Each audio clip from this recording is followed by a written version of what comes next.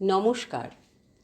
বসন্ত বিথি আয়োজিত রবীন্দ্র নজরুল সন্ধ্যা উদযাপন সম্মেলনে উপস্থিত সকলকে জানাই প্রণাম ও শুভেচ্ছা। কবিগুরু ও বিদ্রোহী কবির জন্য রইল আমাদের সবাইকার তরফ থেকে শ্রদ্ধা ও ভালোবাসা। রবি ঠাকুরের কয়েকটি কবিতা ও গান নিয়ে আজ আমাদের এই ছোট্ট প্রচেষ্টা, যার নাম আমাদের জীবনে রবীন্দ্রনাথ। অনুষ্ঠানটি সংক্ষিপ্ত রাখার তাগিদে নির্বাচিত কবিতা ও গানগুলির সম্পূর্ণ অংশ না শুনিয়ে কিছুটা করে অংশ আমরা শোনাব। আশা করি আপনাদের ভালো লাগবে। তাহলে শুরু করা যাক। কবিগুরু রবীন্দ্রনাথ ঠাকুর এমন একজন কবি যাঁর অস্তিত্ব আমরা সর্বসময়ে সমস্ত পরিস্থিতিতে অনুভব করি। অত্যন্ত বড় মাপের কবি হওয়া সত্ত্বেও তিনি আমাদের একান্ত ঘরের কবি। আমাদের সঙ্গেই তাঁর ওঠা বসা, আমাদের মনের মাঝেই তাঁর অবস্থান। তাই আমাদের শৈশব, কৈশোর, যৌবন, বিরহ, বিচ্ছেদ, বার্ধক্য প্রতিটি সময়েই তাঁর সৃষ্টির পসরা আমাদের জন্য হাজির থাকে। জীবনের প্রতিটি পর্যায়ে, প্রতিটি মানসিক অবস্থাতেই তাঁর সাহিত্যের সান্নিধ্য আমাদের মনে স্নিগ্ধ প্রলেপ লাগিয়ে দেয়। ছেলেবেলাতে সমস্ত শিশুর কাছে তার সবচেয়ে কাছের জন মা। মায়ের সঙ্গেই তার যত কথা, যত ঝগড়া। আর তার সাথে যোগ হয় মায়ের মুখে রূপকথা, তেপান্তরের মাঠ, পক্ষীরাজ ঘোড়া, ব্যঙ্গমা, ব্যঙ্গমী, আরও কত কি। তাই কবির ভাষায় শিশুর মুখে শুনি, তুই কি ভাবিস দিনরাত্রির খেলতে আমার মন? কখনো তা সত্যি না মা, আমার কথা শোন। সেদিন ভোরে দেখি উঠে বৃষ্টি বাদল গেছে ছুটে, রোদ উঠেছে ঝিলমিলিয়ে বাঁশের ডালে ডালে। ছুটির দিনে কেমন সুরে পুজোর সানাই বাজছে দূরে, তিনটে শালিক ঝগড়া করে রান্নাঘরের চালে। খেলনাগুলো সামনে মেলি, কি যে খেলি, কি যে খেলি, সেই কথাটাই সমস্তক্ষণ ভাবনু আপন মনে। লাগলো না ঠিক কোনো খেলায়, কেটে গেল সারা বেলায়, রেলিং ধরে রইনু বসে বারান্দাটার কোণে। খেলা ভোলার দিন মা আমার আসে মাঝে মাঝে, সেদিন আমার মনের ভেতর কেমনতর বাজে। শীতের বেলায় দুই প্রহরে দূরে কাদের ছাদের পরে ছোট্ট মেয়ে রোদ্দুরে দেয় বেগনি রঙের শাড়ি। চেয়ে চেয়ে চুপ করে রই, তেপান্তরের পার বুঝি ওই, মনে ভাবি ওইখানেতেই আছে রাজার বাড়ি। থাকতো যদি মেঘে ওড়া পক্ষীরাজের বাচ্চা ঘোড়া, তক্ষুনি যে যেতেম তারে লাগাম দিয়ে কষে। যেতে যেতে নদীর তীরে ব্যঙ্গমা আর ব্যঙ্গমীরে পথ শুধিয়ে নিতেম আমি গাছের তলায় বসে। শিশুর বয়স ক্রমে বাড়ে, শৈশব পার হয়ে আসে কৈশোর। মনের মধ্যে কেমন অস্থিরতা, কোনো কারণ ছাড়াই থেকে থেকে মন হয়ে ওঠে উচ্চাটন। হয়তো কোনো মেঘলা দিনে মাঠের মধ্যে কোনো এক কৃষ্ণকলির সঙ্গে দেখা হয়ে যায়। কালো মেয়ের কালো চোখের দিকে তাকিয়ে ভাবতে ভালো লাগে, কৃষ্ণকলি আমি তারে বলি, কৃষ্ণকলি আমি তারে বলি, কালো তারে বলে গায়ের লোক। মেঘলা দিনে দেখেছিলেন মাঠে ও কালো মেয়ের কালো হরিণ চোখ। ঘুমটা মাথায় ছিল না তার মোটে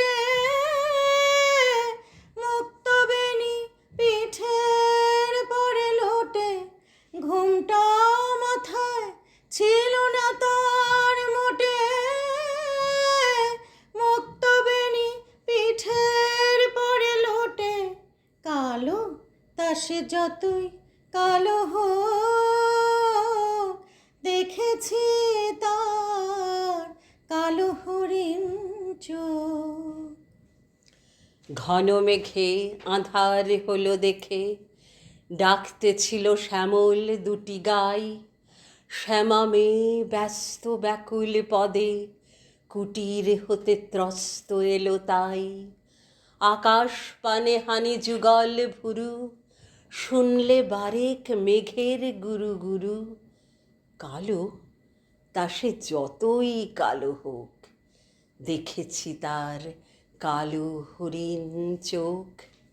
পুবে বাতাস এলো হঠাৎ হে, পুবে বাতাস এলো হঠাৎ হে, ধানের খেতে এলিয়ে গেল ঢেউ। আলের ধারে দাঁড়িয়েছিলাম একা, মাঠের মাঝে আর ছিল না কেউ। আমার পানে দেখলে কি নাচে, আমি জানি আর জানে সেই মেয়ে। কালো তা সে যতই কালো হোক, দেখেছি তার কালো হরিণ চোখ।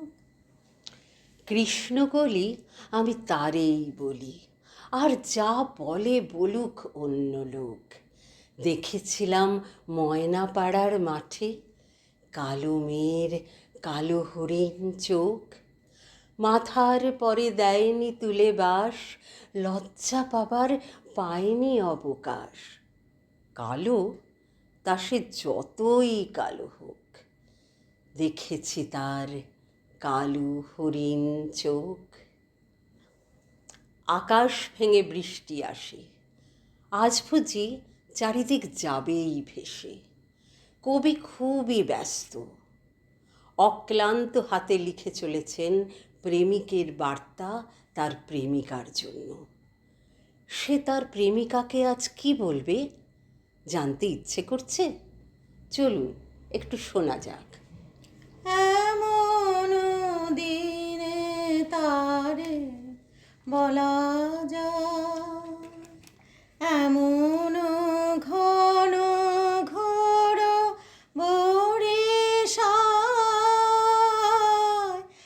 এমন দিনে তারে বলা যায়। এমন মেঘ সরে বাদল ঝড় ঝরে, তপনহীন ঘন তমসায়, এমন দিনে তারে বলা যায়। এমন ঘন ঘোর বরিশায়, এমন দিনে তারে বলা যায়।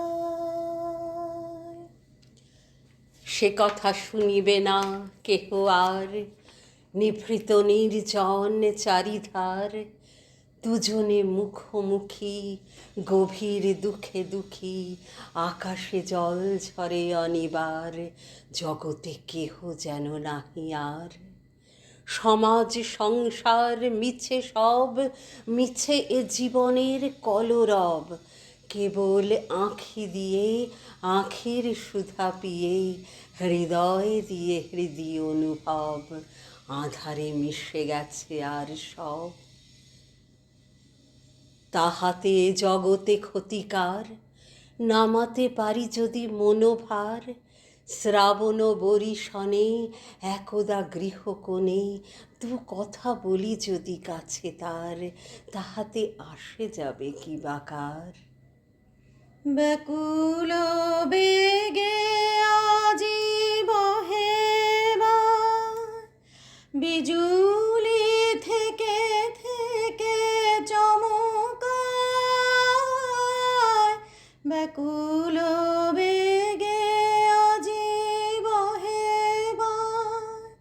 বিজুলি থেকে থেকে চমকায়,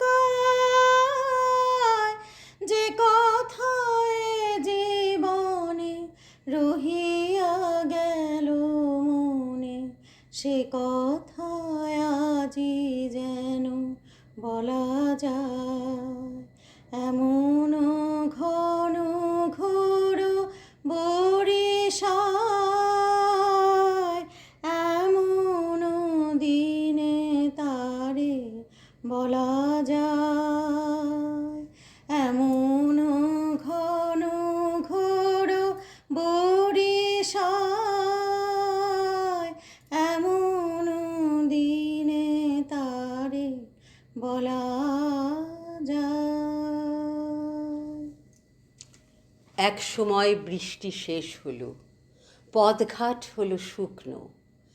আনন্দে দিশাহারা কবি প্রেমিক প্রেমিকাদের একসাথে রওনা করিয়ে দিলেন জীবনের পথে। যৌতুক হিসেবে সঙ্গে দিলেন তাঁর কবিতা ও গান। পথ বেঁধে দিল বন্ধনহীন গ্রন্থি, আমরা দুজন চলতি হাওয়ার পন্থী। রঙিন নিমেষ ধুলার দুলাল, পরাণে ছড়ায় আবির গুলাল। ওড়ে না ওড়ায় বর্ষার মেঘে দিগঙ্গনার নৃত্য, হঠাৎ আলোর ঝলকানি লেগে ঝলমল করে চিত্ত। নাই আমাদের সঞ্চিত ধনরত্ন, নাই রে ঘরের লালন ললিত যত্ন। পথপাশে পাখি পুচ্ছ নাচায়, বন্ধন তারে করি না খাঁচায়। ডানা মেলে দেওয়া মুক্তিপ্রিয়ের কুজনে দুজনে তৃপ্ত, আমরা চকিত অভাবনীয়ের কচিত কিরণে দীপ্ত। ভালোবাসি ভালোবাসি ভালোবাসি ভালোবাসি, এই সুরে কাছে দূরে জলে স্থলে বাজায় বাজায় বাঁশি। ভালোবাসি ভালোবাসি, আকাশে কার বুকের মাঝে ব্যথা বাজে, দিগন্তে কার কালো আখি, আখির জলে যায় ভাসি। ভালোবাসি ভালোবাসি ভালোবাসি ভালোবাসি। সব প্রেমে কি মিলনে পরিণতি পায়, নাকি বিচ্ছেদ বিরহতেই প্রেমের পূর্ণ প্রাপ্তি? হয়তো রেলগাড়ির কামরায় হঠাৎ একদিন দেখা হয়ে যায় পূর্ব প্রেমিকার সাথে। তারা তখন কি কথা বলে, আসুন একটু আড়ি পাতা যাক। রেলগাড়ির কামরায় হঠাৎ দেখা, ভাবেনি সম্ভব হবে কোনো দিন। আগে ওকে বারবার দেখেছি লাল রঙের শাড়িতে, ডালিম ফুলের মতো রাঙা। আজ পরেছে কালো রেশমের কাপড়, আঁচল তুলেছে মাথায়, দোলন চাপার মতো চিকন গৌর মুখখানি ঘিরে। মনে হলো কালো রঙে একটা গভীর দূরত্ব ঘনিয়ে নিয়েছে নিজের চারিদিকে, যে দূরত্ব সর্ষে ক্ষেতের শেষ সীমানায় শাল বনের নীলাঞ্জনে। থমকে গেল আমার সমস্ত মনটা। চেনা লোককে দেখলেম অচেনার গাম্ভীর্যে। হঠাৎ খবরের কাগজ ফেলে দিয়ে আমাকে করলে নমস্কার। সমাজবিধির পথ গেল খুলে, আলাপ করলেম শুরু। কেমন আছো, কেমন চলছে সংসার ইত্যাদি। সে রইল জানালার বাইরের দিকে চেয়ে, যেন কাছের দিনের ছোঁয়াচ পার হওয়া চাহনিতে। দিলে অত্যন্ত ছোট দু একটি জবাব, কোনোটা বা দিলেই না। বুঝিয়ে দিলে হাতের অস্থিরতায়। কেন এসব কথা? এর চেয়ে ঢের ভালো চুপ করে থাকা। আমি ছিলাম অন্য বেঞ্চিতে ওর সাথীদের সঙ্গে। এক সময় আঙুল নেড়ে জানালে কাছে আসতে। মনে হলো কম সাহস নয়। বসলুম ওর এক বেঞ্চিতে। গাড়ির আওয়াজের আড়ালে বললে মৃদু স্বরে, কিছু মনে করো না। সময় কোথা সময় নষ্ট করবার? আমাকে নামতে হবে পরের স্টেশনেই।